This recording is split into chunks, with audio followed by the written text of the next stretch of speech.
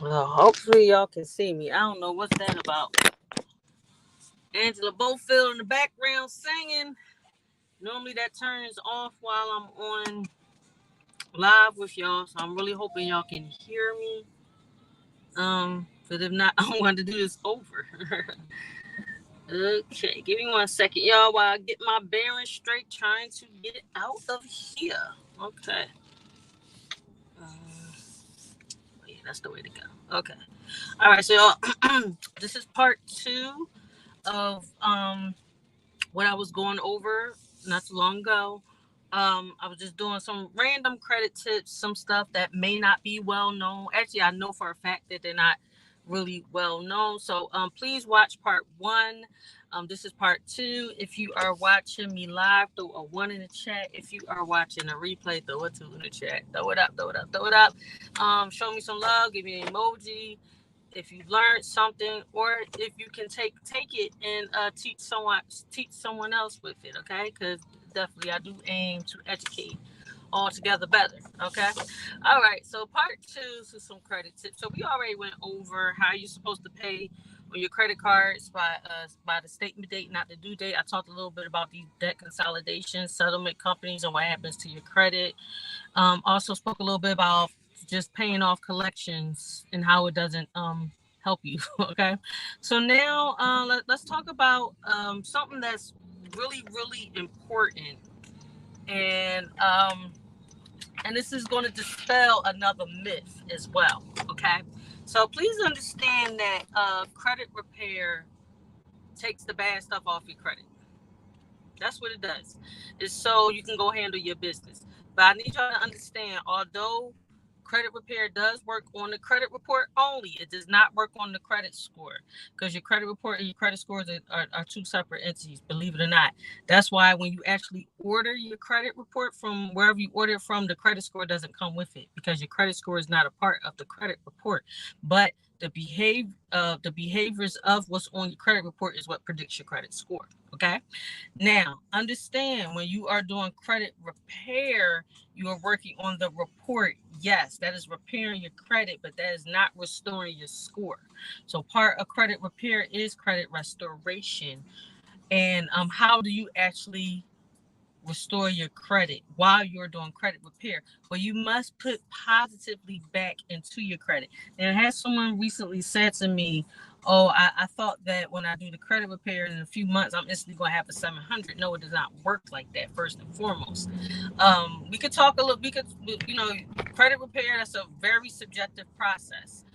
Because what happens for you is not what's going to happen for somebody else, or what happens for somebody else is not necessarily what's going to happen for you. That's general across the board. Of course, while you're in the credit repair process, you must continue to pay everything on time. Pay down your credit card utilization, because credit repair does not outwork irresponsibility. Okay. All right. So let's talk about how you're going to build your credit. Let me give y'all 5 things, because the bottom number of accounts that you need on your credit report is 5. Okay, so you say, okay, so what 5 things should that be? So if you're running around with a 400, 500 credit score, you can't get approved for nothing. I'm gonna tell you what's a good thing, how you can do it. Very easy. 2 secure cards. If you pay rent, get your rent added to your credit report, and 2 credit builders. And when you say credit builders, Tyra, what are you talking about? Kovo, Credit Strong, Self. There's a few other them out there. Ava. There's more out there. But they also give you, some of them also give you secured cards as well. Kickoff, that's another good one as well. And they do see credit scores increase because of that. My clients and other people that may not even need the credit repair, but they got those credit builders, and it helped increase their credit scores tremendously. So yes, they do work. How they work, how many points you're going to jump month after month, that's subjective to you. So like I said, do not compare yours with somebody else's. Oh, but that when I tell you, when you add that rent to your credit report, how that works is it's going to report your payment history. If you're on time with your rent, and account history. How long you've been paying rent. Some companies go back however long you give them to. Other companies only go back 8 years as far as account history, but the payment history go back 2 years. So that's adding back into your credit report 50%. You can get a major boost with your credit with that. Trust me, it works. So that's the 5 accounts. That's the bottom line. And let me make something clear for y'all too as well. For those of you who want business credit, you're not getting business credit with 17 collections and 30 charge-offs and 20 late payments. That's not going to happen. Okay. Because your business credit is not completely separate from your personal, period. So you have to clean up your personal credit in order to get business credit. Does your personal credit have to be perfect? No. But it needs to be as clean, as squeaky clean as it can be. Talk about no late payments, no charge-offs, no collections. We gotta get that bad boy as clean as we can. Can you still get some business credit with maybe 1 or 2 blemishes? Yeah, you can. I'm speaking testimony to that. I've done it myself. Gotten business credit with some issues I've had with my personal credit, with some things that I've gotten off my credit report, some other stuff that I'm fighting. But can it happen? Yes. But you can't be walking around with all those collections and charge-offs and all those late payments thinking somebody gonna give you a business credit card and all that stuff. No. And another factor in business credit is utilization. So if you have high credit card utilization, they're gonna look at your accounts and laugh. Why? Because you're not paying down your debts. You need to pay your debts. All right. So that's a small tip on business credit. We can talk about business credit another day. Another thing I need you to not do is while you are in the process of repairing your credit, do not apply for things. Matter of fact, if you're working with a professional, make sure you run it by them first, okay? Because they can give you resources. They can give you information on how to get certain things, like especially those secure credit cards. Yes, certain companies do credit checks on secure credit cards. Yes, you can get denied a secure credit card even though you're starting with your money. Yes, that can happen. And so that's why if you are working with a professional when it comes to repairing and restoring your credit, you need to talk to them first before you do anything, because you're shooting yourself in the foot by applying for things and getting inquiries on your credit reports. You're getting turned down because your credit is crappy, and you're adding inquiries. And remember, the more inquiries you got, the more thirsty you look, and with each inquiry, you're decreasing your credit score. Oh, and didn't you say you want business credit too? Guess what? Business credit lenders don't like more than 3 inquiries on your personal credit report within a 90 days of each other. So yes, you need to get those inquiries off your credit report as well. Try to say, oh, they don't matter. Yes, they do. Okay. All right, so that's another tidbit on personal credit. But yeah, stop shooting yourself in the foot. So run it past your professional you're working with before you start applying for things. Because yes, you do need to apply for those secure cards in order to help you increase your credit score.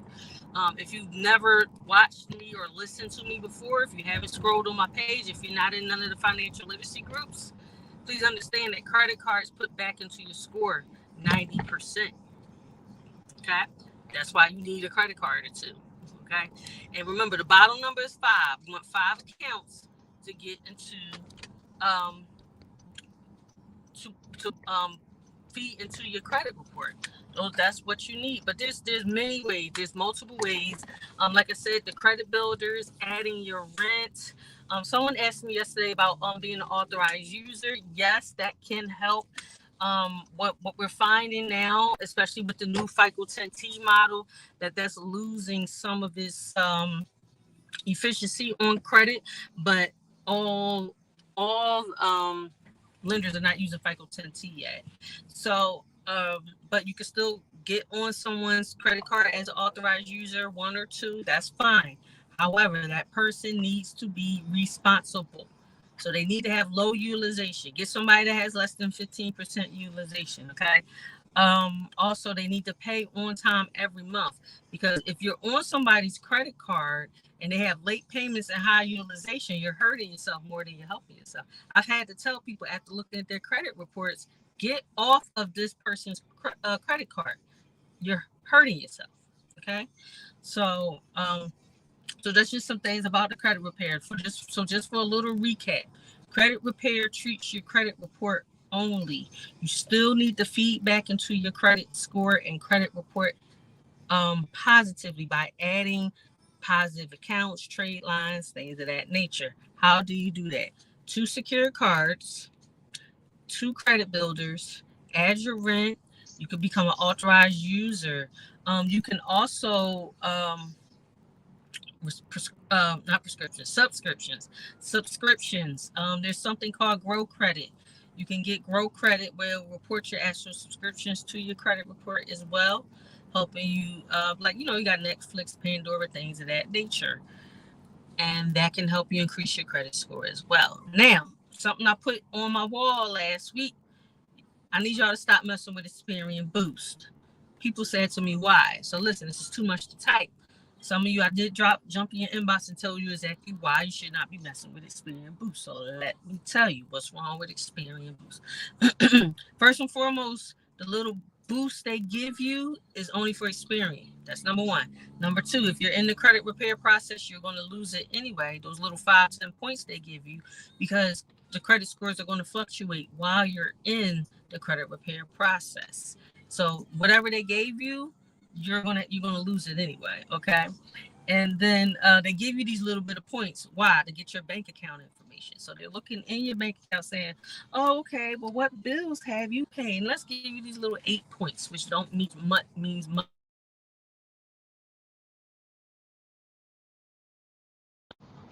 All right, so which don't mean much of anything.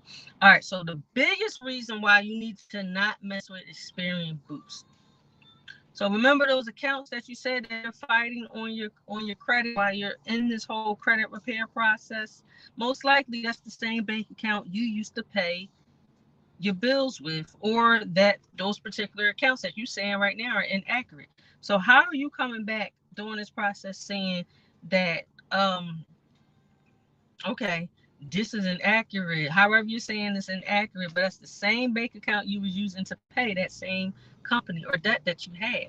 So think about it. In one breath, you were saying, oh, this is not right. This account is wrong. I need it off my credit report. And in the second breath, by giving them your bank account information, you're proving that, yes, this is the this was the account, because you was paying for that same account out of that same bank account. Do y'all understand the correlation now? So Experian Boost, leave it alone. And why would you want them to have all your bank account information anyway? I've used it before. I learned the error of my ways, and I disconnected it and never connected it again. So I need y'all to do the same thing. Disconnect that Experian Boost, because it ain't really helping you anyway. It's really not. So it's really, for real, it's like scamming. Well, you're giving them your bank account information for a little 5 to 8 point boost, which you're gonna lose anyway, for the most part, until you're till you get up there where you need to be. You're gonna lose it. So with that being said, leave Experian Boost alone. For those of you who want to know why you should not mess with Experian Boost, there you go. Okay. And if you need more of it, you need me to explain that again, I think that's self-explanatory. Just hit me up in my inbox or comment below. So that's going to conclude my little credit tips for now. I got a million of these things, but this is the end of this video for now. So if y'all need my assistance, y'all know how to get me. You can comment, you can text me, jump to my DM, all that good stuff. Realtors, if you need help with your clients, mortgage people, if you need help with your clients because they're not qualifying, hit me up. Tax professionals, y'all same clients got credit issues, okay? So send them to me, okay? So I can help them. All right. Insurance professionals, same thing. Bankruptcy attorneys, same thing. In case y'all don't know, bankruptcies can be taken off your credit report at any time. Yes, they can. Don't let nobody tell you different. I've known people that have open bankruptcies and they got it off their credit report. So with that being said, guys, I'm going to end this. Any questions, y'all know how to give me. Y'all know how to get me. Thank you so much for tuning in, for those of you who did. And I'll talk to y'all later. Enjoy your Thursday. The weekend is almost here.